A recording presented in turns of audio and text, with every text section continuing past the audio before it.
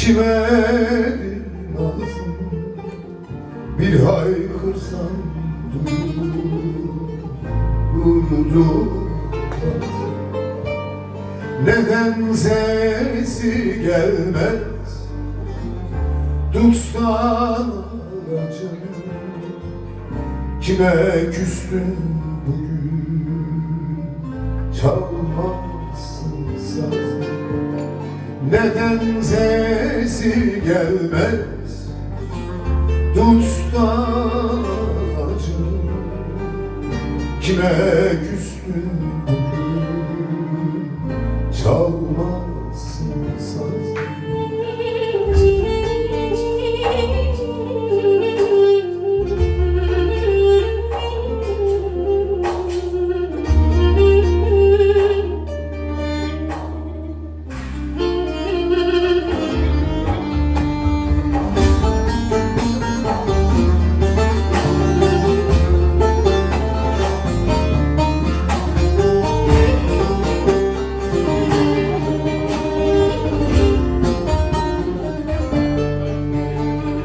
Muhabbet edecek dost mu kalmadı?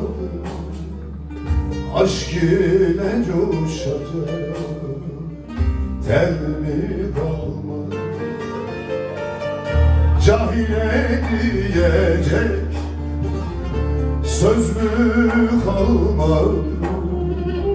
Suskundur konuşmaz diller söz.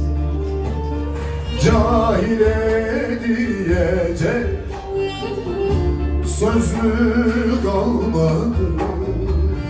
Suskundur konuşmaz diller saz.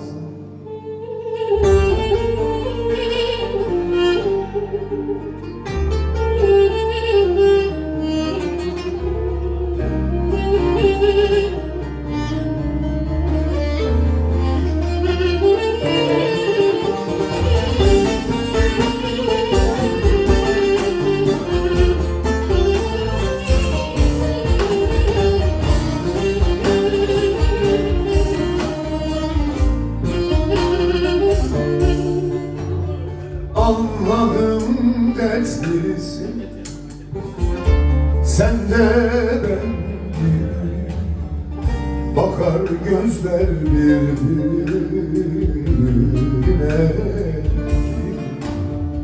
vicdanlar kurumuş susuz çöl gibi. Yürek yaz, gözler yaş, yollar pussaz. Vicdanlar kurumuş susuz çöl gibi. Yürek yaz, gözler yaş,